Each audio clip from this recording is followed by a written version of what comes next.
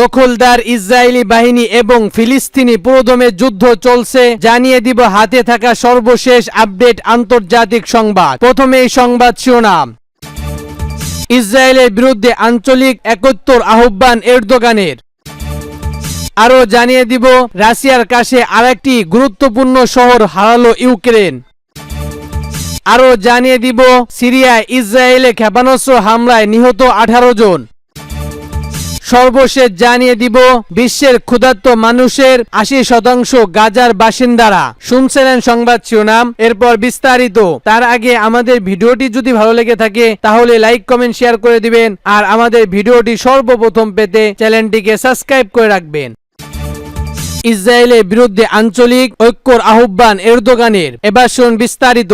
ইসরায়েলের অগ্রসরের মোকাবিলার আঞ্চলিক ঐক্য প্রতিষ্ঠানের আহ্বান জানিয়েছে তুরস্কের প্রেসিডেন্ট রিসেপ তাইয়িপ এরদোগান। একই সঙ্গে সম্ভাব্য হুমকির বিষয়ে সতর্ক থাকার কথা জানিয়েছে তিনি। সোমবার 9 সেপ্টেম্বর আতঙ্কার মন্ত্রিসভার বৈঠক শেষে সাংবাদিকদের সঙ্গে কথা বলার সময় তিনি এসব কথা বলেন। খবর ডেইলি সরবরাহ।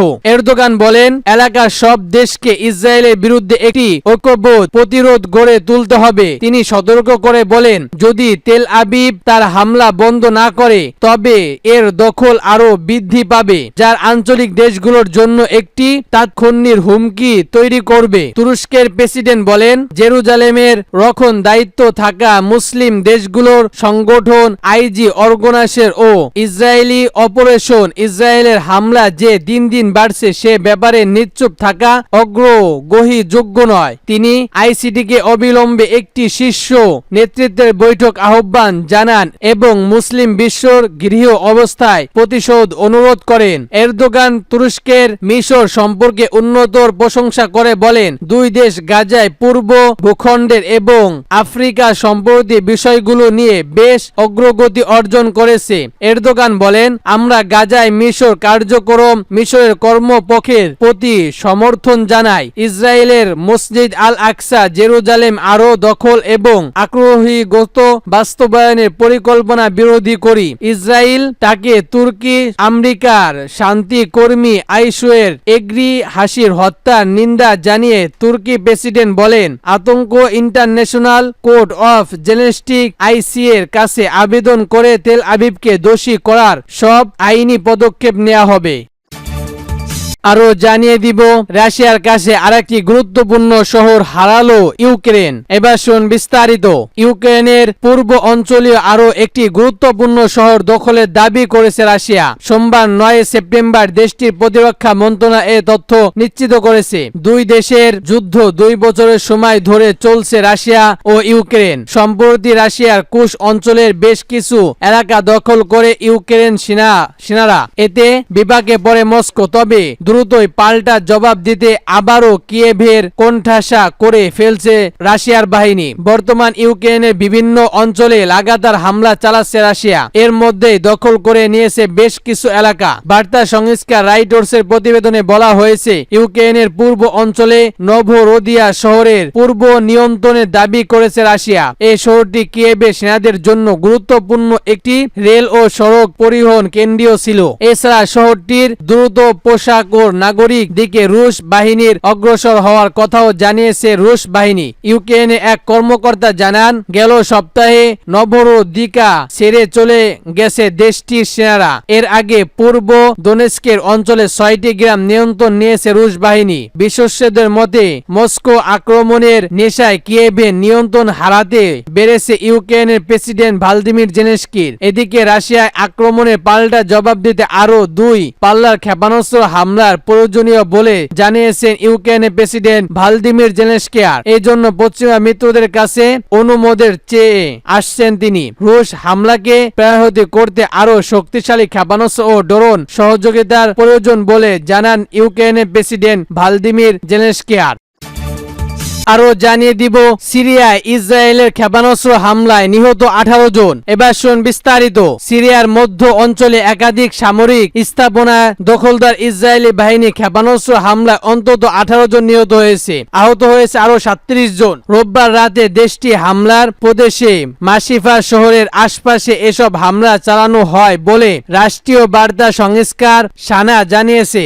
অপরদিকে যুক্তরাষ্ট্র ভিত্তিক পর্যটকের সংস্কার CR observatory of human rights জানিয়েছে রোববার হামলায় নিহত মানুষের সংখ্যক 26 জন। হামলায় লক্ষ্যবস্ত ছিল 5টি, এর মধ্যে একটি বাণিজ্যিক গবেন্দ্র কেন্দ্র ছিল, সেটি রাইমোনিয়ায় অস্ত্র উৎপাদনের সঙ্গে যুক্ত বলে অভিযোগ রয়েছে। এসব আরও জানিয়েছে নিহত 25 জনের মধ্যে 5 জন বেসামরিক ব্যক্তি, 4 জন সিনিয়র সামরিক বাহিনীর সদস্য এবং 13 জন ইরানি স্থাপনা গোষ্ঠীর সদস্য রয়েছে।